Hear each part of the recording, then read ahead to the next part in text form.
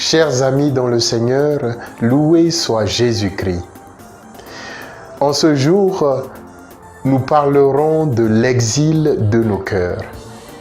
Le proverbe africain nous le dit bien, la violence du vent n'enlève pas les taches du léopard. Les lectures qui nous sont proposées en ce dimanche sont Jérémie au chapitre 31, versets 7 à 9, le psaume 125, la lettre aux Hébreux au chapitre 5 et l'évangile selon saint Marc au chapitre 10, 46 à 52 où Jésus guérit un aveugle, Bartimée. La maladie qui gangrène notre siècle, nos sociétés, nos familles, c'est en effet la maladie de la solitude. Dans un monde où on fait l'apologie de l'intérêt personnel, de l'égoïsme et de l'égocentrisme, l'homme ou la femme se sent plus que jamais seul.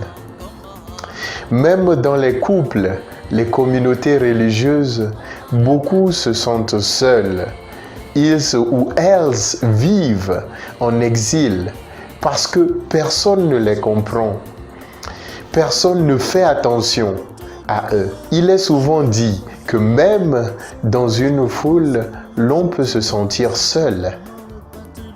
Oui, c'est l'exemple de Bartimée.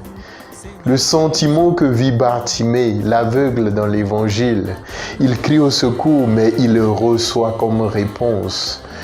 La foule qui le fait taire ou qui l'ignore. L'expérience de vulnérabilité, de solitude, d'impuissance est vécue par la femme enceinte, la jeune accouchée, l'aveugle ou le boiteux dans la première lecture. C'est dans cette solitude que le Seigneur veut nous rejoindre aujourd'hui.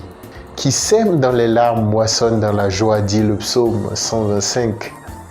Les pleurs et les supplications ne sécheront pas d'eux-mêmes.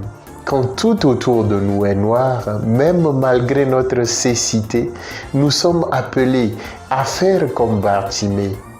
Nous devons jeter le manteau de la paresse, le manteau de la peur, le manteau du désespoir.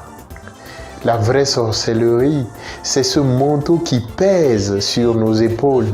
La vraie sorcellerie qui nous empêche d'avancer vers Jésus et nous empêche de progresser dans notre vie, c'est de vivre sous l'esclavage d'une pensée unique, d'une mentalité de victime. Beaucoup de chrétiens vivent comme des victimes. Des innocents qui attendent tout de Dieu sans aucun effort. Pour jeter notre manteau, nous avons besoin de diversifier nos activités. Nous ne pouvons pas progresser dans ce monde en ne faisant qu'une et une seule chose. Nous avons besoin d'apprendre à nous débrouiller sur beaucoup de plans. Même les moines qui font plus de 5 temps de prière par jour ne sont pas seulement focalisés sur la vie spirituelle. Ils sont aussi cuisiniers, maçons, menuisiers, pâtissiers, professeurs, ingénieurs.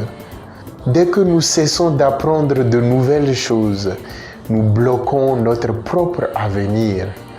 Ni la foule, ni la cécité, ni le manteau de Bartimée ne l'ont empêché de courir vers Jésus et de recevoir la vue.